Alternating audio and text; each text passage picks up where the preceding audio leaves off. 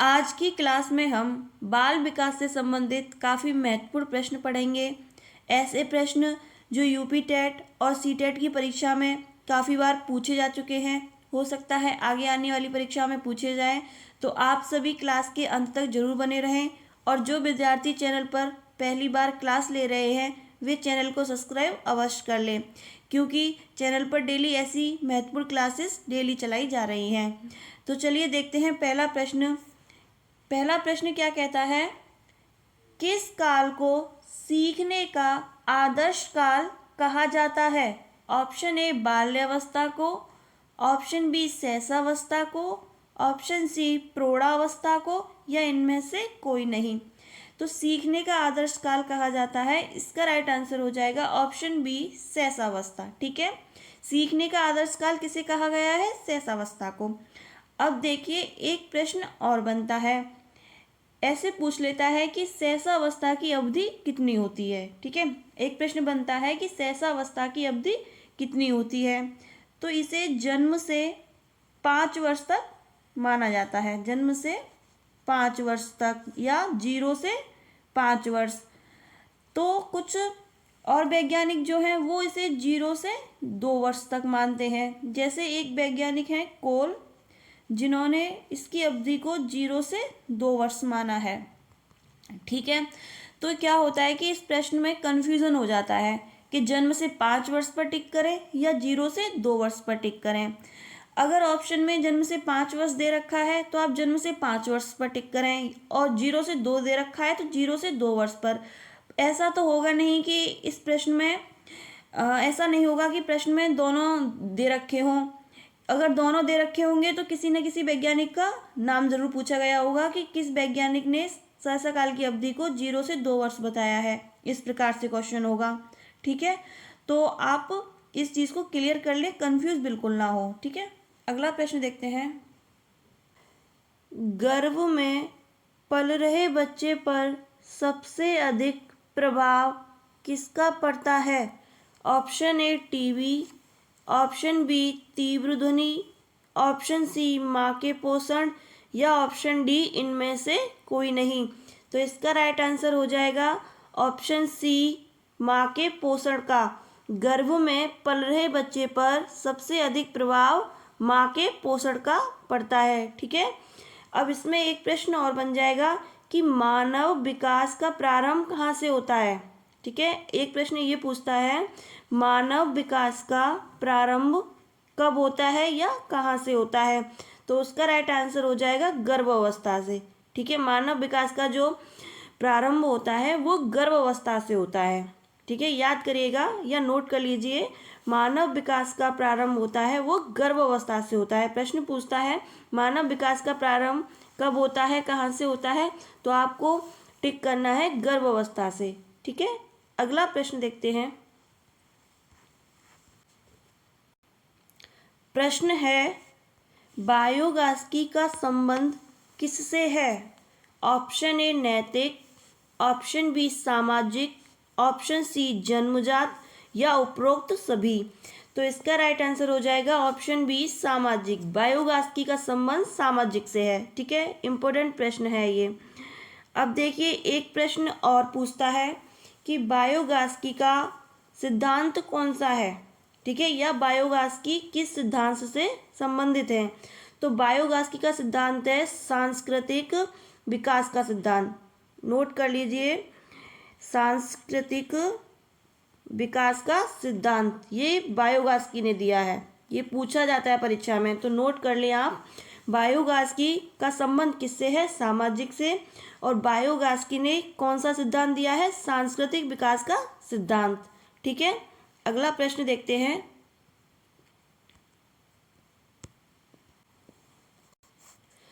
प्रश्न है निम्नलिखित कथन किसका है? संवेग व्यक्ति का उत्तेजित दशा है। बहुत इंपॉर्टेंट प्रश्न है, पहले काफ़ी बार पूछा जा चुका है। ऑप्शन दे रखे हैं, option A Terman, option B Skinner, option C Woodworth, या इनमें से कोई नहीं। तो इसका राइट आंसर हो जाएगा ऑप्शन सी वुडवर्थ। संवेग व्यक्ति का उत्तेजित दशा है, ये वुडवर्थ ने कहा है। कथन काफ़ी बार पूछे जाते हैं, तो ध्यान दीजिए। सम्यक व्यक्ति का उत्तेजित दशा है, ये वुडवर्थ ने कहा है। ठीक है, अगला प्रश्न देखते हैं।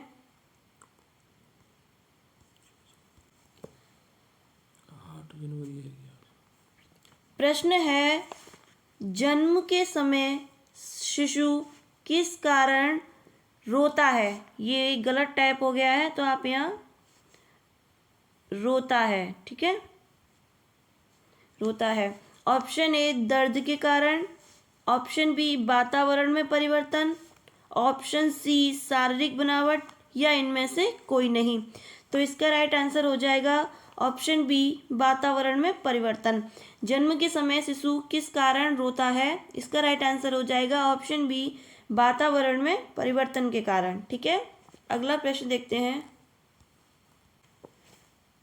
प्रश्न है, बालक में दूध के दांतों की संख्या कितनी होती है?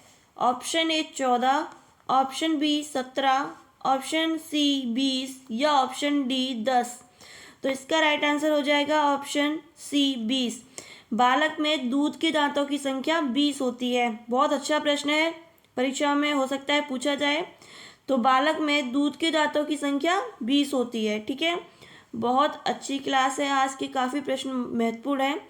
तो आप सभी ईमानदारी से सिलेक्शन लेने के लिए चैनल को सब्सक्राइब अवश्य करें और क्लास को शेयर जरूर करें। ठीक है, सभी बच्चों तक क्लास को पहुंचाएं और अच्छे से मेहनत करें, आपको सफलता जरूर मिलेगी। अगला प्रश्न देखते हैं। प्रश्न है, मानव के अग्रभाग का दांत जिनका मुख्य कार्य भोजन काटना होता है कहलाता है? ऑप्शन ए तर्जनी, ऑप्शन बी कृतंक, ऑप्शन सी मोलर, या इनमें से कोई नहीं। तो इसका राइट आंसर हो जाएगा ऑप्शन बी कृतंक। ठीक है, मानव के अग्रभाग का दांत जिनका मुख्य कार्य भोजन काटना होता है वो कहलाता है कृतंक। एक प्रश्न बनता है कि दांत कितने प्रकार के होते हैं? तो दांत होते हैं 4 प्रकार के। ठीक है, ये अगर प्रश्न पूछा जाए तो आपको लगाना है 4। ठीक है, दांत होते हैं 4 प्रकार के। अभी नेक्स्ट क्वेश्चन में मैं उनके नाम बताऊंगी। ठीक है, अगला प्रश्न देखते हैं। प्रश्न है, दांत कितने प्रकार के होते हैं? Option A 5, option B 3, option C 4, या ऑप्शन डी 2। तो इसका राइट आंसर हो जाएगा ऑप्शन सी 4। अभी मैंने बताया था पहले प्रश्न में, दांत होते हैं 4 प्रकार के। ठीक है, एक प्रश्न तो ये हो गया।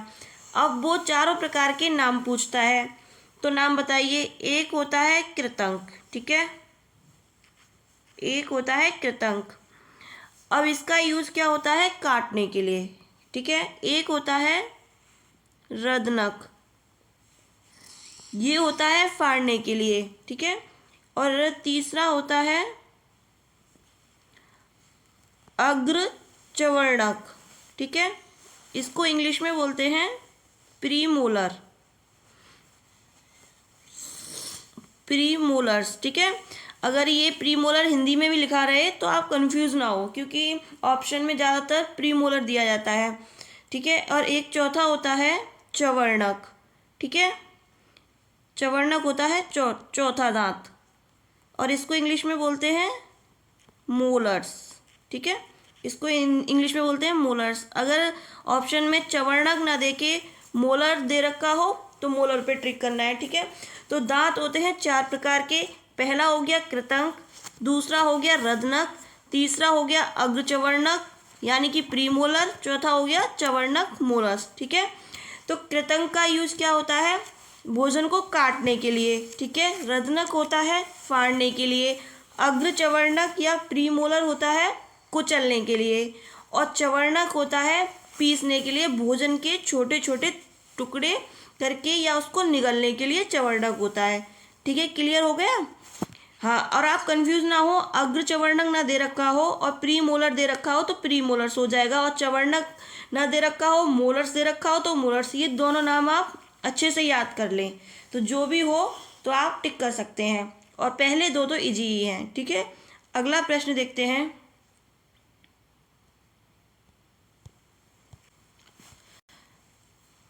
प्रश्न है, व्यक्ति के चरित्र निर्माण में कौन कौन से कारक सहायक होते हैं? ऑप्शन ए इच्छा, ऑप्शन बी आदत, ऑप्शन सी अनुकरण या ऑप्शन डी उपरोक्त सभी। तो बहुत अच्छा सरल प्रश्न है, इसका राइट आंसर हो जाएगा उपरोक्त सभी, क्योंकि व्यक्ति के चरित्र में ये सारी चीज़ें महत्वपूर्ण होती हैं। ठीक है, अगला प्रश्न देखते हैं। प्रश्न है, बच्चों के सामाजिक विकास हेतु किसका महत्वपूर्ण योगदान होता है?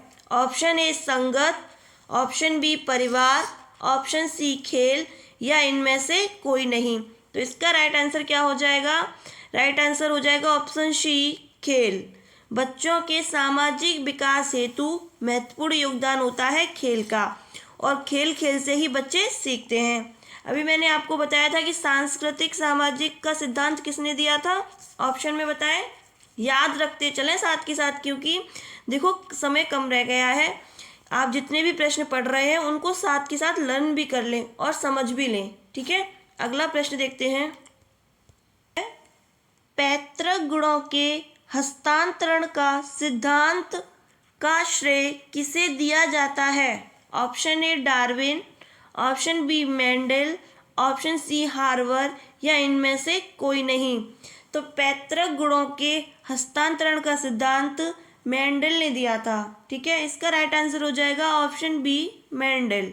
ठीक है, अगला प्रश्न देखते हैं। प्रश्न है, किसके अनुसार बच्चा बेहतर की संगत से बेहतर सीखता है?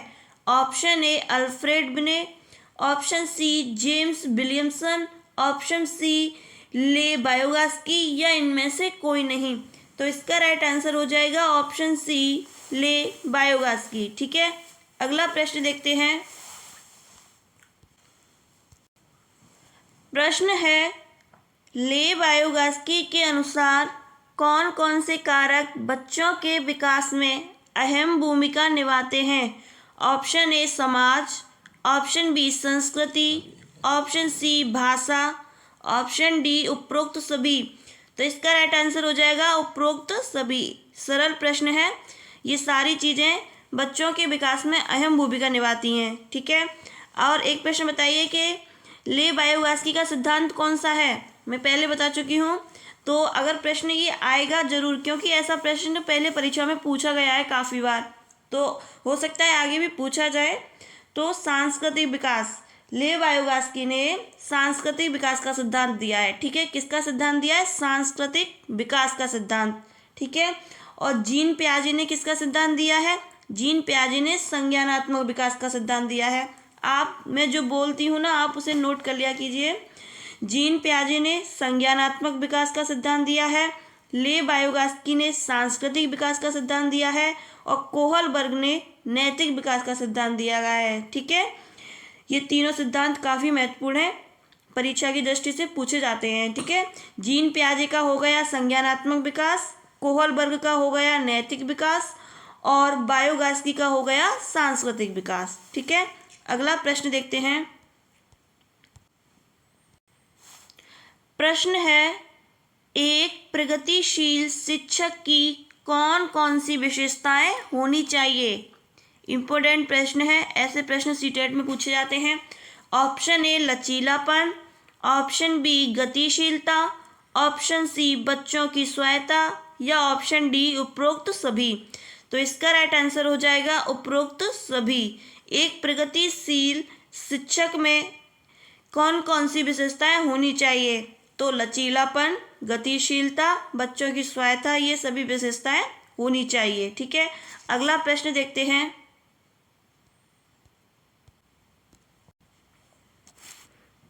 प्रश्न है, प्रगतिशील शिक्षक का जनक किसे कहते हैं?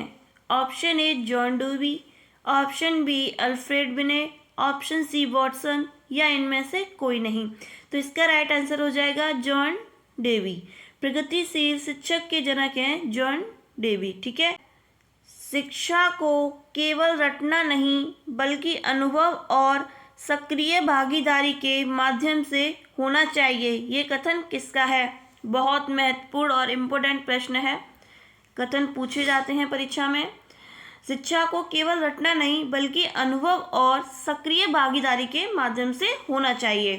तो ये कथन किसने कहा है? Option A Pestalozzi, option B Armstrong, option C सुकरात या ऑप्शन डी जॉन डेवी। तो इसका राइट आंसर हो जाएगा जॉन डेवी। जॉन डेवी कहते हैं शिक्षा को केवल रटना नहीं बल्कि अनुभव और सक्रिय भागीदारी के माध्यम से होना चाहिए। ठीक है, समझ में आ गया? अगला प्रश्न देखते हैं। प्रश्न है अपनी सोच के बारे में सोचना संकेत करता है। ऑप्शन ए आत्मज्ञान, ऑप्शन बी आत्मचिंतन, ऑप्शन सी अधिसंज्ञान या इनमें से कोई नहीं। तो इसका राइट आंसर हो जाएगा ऑप्शन सी अधिसंज्ञान। अपनी सोच के बारे में सोचना संकेत करता है अधिसंज्ञान। ठीक है, अधिसंज्ञान सही उत्तर हो जाएगा। अगला प्रश्न देखते हैं। प्रश्न है चिंतन भाषा को निर्धारित करता है, ये कथन किसका है? Option A Frankl, option B Jean पियाजे, ऑप्शन सी अल्फ्रेड या इनमें से कोई नहीं। तो इसका राइट आंसर हो जाएगा ऑप्शन सी अल्फ्रेड। चिंतन भाषा को निर्धारित करता है, ये कथन है अल्फ्रेड का। ठीक है, Alfred is the right answer. तो ऑप्शन सी सही उत्तर हो जाएगा। अगला प्रश्न देखते हैं। प्रश्न है बायोगास्की के अनुसार भाषा और विचार एक होते हैं, भाषा से विचार का सृजन होता है, भाषा और विचार प्रारंभ में स्वतंत्र होते हैं या उपरोक्त सभी। तो बायोगास्की के अनुसार सही उत्तर हो जाएगा ऑप्शन सी, भाषा और विचार प्रारंभ में स्वतंत्र होते हैं। ठीक है, बायोगास्की के अनुसार क्या होता है कि भाषा और विचार प्रारंभ में स्वतंत्र होते हैं। तो क्लास बहुत अच्छी जा रही है, आप सभी चैनल को सब्सक्राइब अवश्य कर लें। प्रश्न है राष्ट्रीय शिक्षा नीति 2020 किस शिक्षा पर बल देती है? ऑप्शन ए प्रभावपूर्ण शिक्षा, ऑप्शन बी अनुभवात्मक शिक्षा, ऑप्शन सी मनोरंजनपूर्ण शिक्षा या उपरोक्त सभी। तो इसका राइट आंसर हो जाएगा ऑप्शन बी। ठीक है, अनुभवात्मक शिक्षा पर राष्ट्रीय शिक्षा नीति 2020 बल देती है। ठीक है, राइट आंसर क्या हो जाएगा? Option B is the right answer. अगला प्रश्न देखते हैं। प्रश्न है व्यवहारवाद का जनक किसे कहा जाता है? वेरी वेरी इंपॉर्टेंट प्रश्न है ये। व्यवहारवाद का जनक किसे कहा जाता है? Option A Skinner, option B Kohlberg, option C John Watson या ऑप्शन डी ग्रोवल। तो इसका राइट आंसर हो जाएगा ऑप्शन सी जॉन वाटसन। ठीक है, व्यवहारवाद का जनक जॉन वाटसन को माना जाता है। अब एक प्रश्न बनता है कोहलबर्ग, हम ऑप्शन बी के बारे में पढ़ेंगे। कोहलबर्ग ने कौन सा सिद्धांत दिया था या कोहलबर्ग किस सिद्धांत से संबंधित है? बताइए, मैंने अभी आपको पहले ये बताया है। तो कोहलबर्ग हैं नैतिक विकास से संबंधित हैं। ठीक है, याद रखिएगा। अगर एक प्रश्न ये बनता है कि कोहलबर्ग किस सिद्धांत से संबंधित है या कोहलबर्ग का सिद्धांत कौन सा है, कोहलबर्ग ने कौन सा सिद्धांत दिया था, तो उसका राइट आंसर हो जाएगा नैतिक विकास का सिद्धांत। ठीक है, व्यवहारवाद का जनक वाटसन को माना जाता है और कोहलबर्ग ने नैतिक विकास का सिद्धांत दिया था। ठीक है, याद रखिएगा। अगला प्रश्न देखते हैं। प्रश्न है किस आयु को एज ऑफ ब्यूटी कहा जाता है? ऑप्शन ए 12 से 13 वर्ष की आयु, ऑप्शन बी 21 वर्ष की आयु, ऑप्शन सी 5 से 7 वर्ष की आयु या ऑप्शन डी 13 से 16 वर्ष की आयु। तो इसका राइट आंसर हो जाएगा ऑप्शन डी 13 से 16 वर्ष की आयु। किस आयु को एज ऑफ ब्यूटी कहा जाता है? तो इसका राइट आंसर हो जाएगा ऑप्शन डी 13 से 16 वर्ष की आयु। ठीक है, अगला प्रश्न देखते हैं। प्रश्न है निम्न कथन किसका है? हम करके सीखते हैं। हम करके सीखते हैं, ये कथन किसका है? Option A Terman, option B Kohlberg, option C Simpson या ऑप्शन डी गैल्टन। तो इसका राइट आंसर हो जाएगा ऑप्शन सी सिम्पसन। हम करके सीखते हैं, ये सिम्पसन ने बोला है। ठीक है, अगला प्रश्न देखते हैं। प्रश्न है, कार्य क्षेत्र सिद्धांत का जनक किसे कहा जाता है? Option A Pestalozzi, option B Kurt Lewin, option C Terman, या इनमें से कोई नहीं। तो इसका राइट आंसर हो जाएगा ऑप्शन बी कर्ट लेविन। कार्य क्षेत्र सिद्धांत का जनक कर्ट लेविन को कहा जाता है। ठीक है, अगला प्रश्न देखते हैं। प्रश्न है, सामाजिक अधिगमन का सिद्धांत किसने दिया था? Option A Skinner, option B Kohlberg, option C Albert Bandura, या ऑप्शन डी फ्रोवेल। ठीक है, सामाजिक अभिगमन का सिद्धांत दिया था ऑप्शन सी अल्बर्ट बंडूरा ने। ठीक है, सामाजिक अभिगमन का सिद्धांत किसने दिया था? सामाजिक अभिगमन का सिद्धांत दिया था अल्बर्ट बंडूरा ने। ठीक है, कोहलबर्ग का आपको पता ही है, नैतिक विकास का सिद्धांत। ठीक है, एक होता है मनोसामाजिक विकास, एक प्रश्न आता है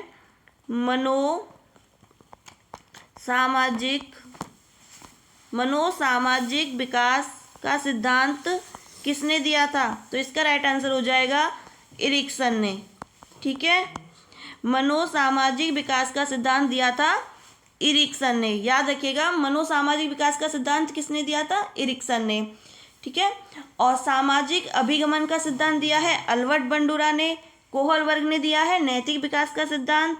ठीक है, तो आज की क्लास में जितने भी इम्पोर्टेंट सिद्धांत थे वो मैंने बता दिए हैं, और नेक्स्ट क्लास में भी आपको बताए जाएंगे, पढ़ाए जाएंगे। ठीक है, कोई भी कोशिश रहेगी कि आपसे कोई भी टॉपिक ना छूटे, कोई भी इम्पोर्टेंट प्रश्न से आप वंचित ना रहें। ठीक है, तो ये प्रश्न आज की क्लास का अंतिम प्रश्न था।